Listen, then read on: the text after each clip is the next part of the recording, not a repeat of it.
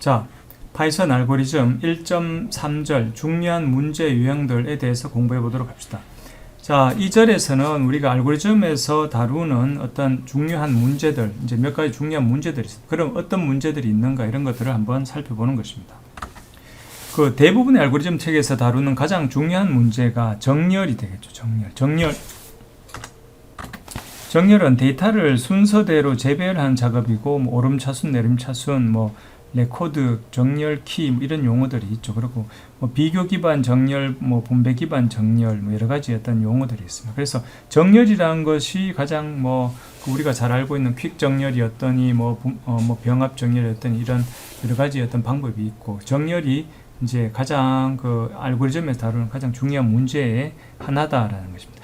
예를 들어서 여기서 이제 안정성이라는 거에 대해서 그림을 하나가 있는데, 안정성이라는 건 예를 들어 이게 입력 데이터입니다. 입력 데이터인데 이렇게 돼서 정렬하면 10, 20, 30, 30, 40이면 정렬이 됐습니다. 정렬이 됐는데 정렬이 되더라도 여기 같은 숫자가 30, 32, 32 같은 이제 키 값이 있는데 이게 정렬 후에 위치가 바뀌면은 이건 안정성을 만족하지 않는 정렬이다.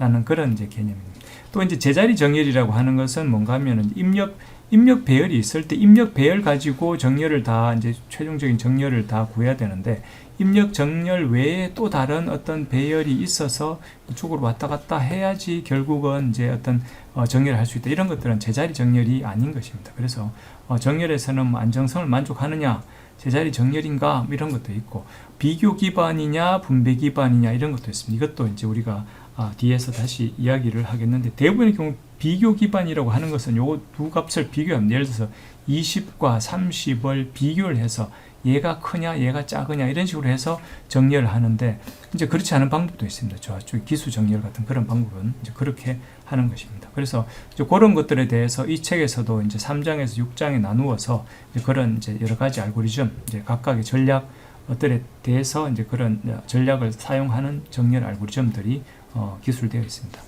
자, 다음으로 또 중요한 그 알고리즘 문제가 탐색이라는 문제. 탐색은 어떤 원하는 값을 가진 레코드, 어떤 레코드가 쫙 있어요. 레코드가 테이블에 이제 뭐 이렇게 쭉 있는데, 이거 이렇게 돼 있을 수도 있고, 레코드가 여러 가지 뭐 형태로 이제 테이블이 이루어져 있는데, 거기에서 내가 원하는 그 레코드를 찾는 작업입니다. 그래서 이제 찾는 키 값을 탐색 키라고 하고, 탐색과 관련돼서 뭐 순차 탐색, 이진 탐색, 해싱 뭐 여러 가지 탐색 알고리즘들이 이제 뭐 예를 들어서 이진 탐색 트리 이런 것도 마찬가지로 탐색과 관련된 것이겠죠. 그래서 뭐 그런 것들이 이제 탐색이라는 그런 문제를 해결하기 위해서 여러 가지 이제 알고리즘들이 나와 있는 것입니다. 자, 또 알고리즘에서는 문자열을 처리하는 그런 문제에 대해서도 이제 많이 다루고 있는데, 문자열이라고 하는 거는 이제 어떤 시퀀스인데, 어떤 뭔가 똑같은 것, 뭐 비슷한 것들이 나열되는 그런 건데, 여기 이제 문자들이 이렇게 나열되는 것이죠. 그래서 이제 텍스트 문자열, 뭐 비트, 뭐 이게 텍스트일 수도 있고, 비트일 수도 있고, 뭐 유전 시퀀스일 수도 있고, 여러 가지일 수도 있겠죠. 그래서 이제 이 책에서는 문자열 매칭 문제에 대해서 다루고 있는데, 3장이랑 6장에서 문자열 매칭 문제를 다루고 있습니다. 문자열 매칭은 우리가 뭐 헬로우 라는 어떤 문자열에 어떤 단어가 있는가, 그거를 찾는, 그러니까 어디에 있는가, 뭐 우리가 보통 이제 검색에서 많이 사용하는 거죠. 이제 뭐 웹 서치나 이런 거에서 이제 문자열로 텍스트로 서칭을 할 때 우리가 문자열 매칭 알고리즘을 사용하게 되는 것입니다. 그래서 그런 문제, 문자열 처리 문제에 대해서도 이제 3장과 6장에서 다루게 됩니다. 자, 그 다음에 그래프 문제는 이제 그래프라는 것은 조금 이따 다시 자료 구조에서 다시 설명하겠지만, 연결된 객체들 사이의 관계를 표현하는 자료 구조입니다. 그래서 다양한 객체들 사이에 서로 복잡하게 연결된 구조를 표현할 수가 있고, 그래서 다양한 문제가 있습니다. 그래서 뭐 그래프와 관련된 다양한 문제는 뭐 자료 구조 시간에 나올 수도 있는데, 자료 구조 시간에 있던 그런 문제들을 알고리즘 뭐 설계 전략 기준으로 보면은 이렇게 여러 가지 이제 순회나 뭐 위상 정렬, 뭐 최단 경로나 여러 가지 어떤 알고리즘들을 이 책에서 다루고 있는 것입니다. 자, 조합 문제라고 하는 것은 컴비네토리얼 프로블럼이라고 하는 어떤 조건을 만족하는 순열이나 조합 또는 부분 집합과 같은 조합 객체를 찾는 문제입니다. 예를 들어서 TSP 문제라고 했는데 TSP 문제 말고 예를 들어 정렬 문제를 생각해 봅시다. 정렬 문제. 정렬 문제 아까 앞에서 가서 이런 정렬 이런 데이터를 정렬하려고 합니다. 이런 데이터를 정렬하려고 할 때 이것을 조합 문제로 생각해 볼 수가 있습니다. 어떻게 하는가 하면은 제일 처음엔 얘가 이제 뭐가 제일 처음에 가장 작다고 생각하는 거를 이렇게 둘, 셋, 넷 입력이 5개면 이 중에 얘가 제일 적다고 생각할 수도 있고 20이 제일 적고 32, 42, 10이 제일 적다고 각각을 맨 앞자리에 둘 수가 있겠죠.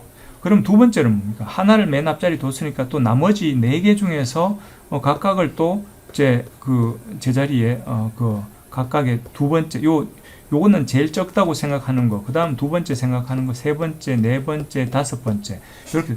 그러면 여기 이제 제일 처음에는 5가지 경우의 수가 있고 거기에서 각각에 대해서 또 4가지가 경우의 수가 있고 또 각각에 대해서 뭡니까? 이제는 3개의 숫자가 남을 거니까 뭐 3개 중에 뭘 하나가 맨 앞이다라고 생각해서 두면은 3가지가 있겠죠. 그 다음에 여기에서는 또 2가지가 있을 거고 요까지 선택하면 나머지 이제 하나밖에 없죠. 곱하기 1. 그래서 이런 여러 가지 케이스 얘들을 나열할 수 있는 가지수가 이렇게 됩니다. 그럼 이렇게 쭉 나열한 다음에 자, 첫 번째 케이스가 정렬이 되어 있는가? 정렬이 되어 있는가는 점점 뒤로 갈수록 이제 숫자가 안 작아지고 커지는 그런 순서로 되어 있는가? 그러니까 그 나열을 쭉 시킨 다음에 그 중에 이제 하나씩 찾으면서 이게 답이네. 답이 있을 때까지 쭉 나가면 되는 겁니다. 그래서 이것도 사실은 그 정렬 문제도 조합 문제로 바꾸어서 생각할 수가 있습니다. 그럼 굳이 그렇게 할 필요는 없겠죠. 굳이 그렇게 할 필요는 없지만 어떤 문제를 만족하는 순열이나 조합 또는 부분집을 찾는 이런 조합 객체를 찾는 문제로 생각할 수가 있다. 뭐 TSP 문제는 이제 Traveling Salesperson 문제라고 해서 뭐 이런 뭐 것들이 있는데 뭐 아까 그 정렬 문제로 이렇게 이야기했으니까 이제 뭐 요거는 스킵 하겠습니다. 보통 이런 조합 객체의 수가 문제 크기에 따라 매우 빠르게 증가해요. 아까 앞에 정렬 같으면은 뭐 n 팩토리얼 예를 들어서 5개면은 5의 팩토리얼 5 곱하기 4 곱하기 3 곱하기 2 곱하기 1가지가 됩니다. 근데 이제 5가 아니고 이제 한 10, 100 뭐 이 정도면은 엄청난 수가 되는 거죠. 그래서 이제 이렇게 정렬은 이렇게 풀면은 오히려 훨씬 더 시간이 많이 걸리는 거죠. 자, 그래서 이제 이런 조합 문제는 보통 이제 정렬 말고 다른 어떤 뭐 꼭 이제 조합 문제로 해결해야 되는 그런 것들은 컴퓨팅에서 가장 어려운 문제가 됩니다. 10장에 나오는데 이제 뭐 시간 복잡도가 거의 상당히 높은 이런 형태가 된다는 것입니다. 자, 그 다음에 기하학적인 문제들도 있습니다. 기하학적인 문제는 고대 그리스인들은 뭐 알고리즘이 뭔지도 모르고 뭐 자료구조가 뭔지도 모르고 뭐 무슨 컴퓨터 이런 것들이 전혀 없던 시대, 그때도 벌써 자와 컴퍼스를 이용해서 여러 가지 기하학적인 문제를 풀었죠.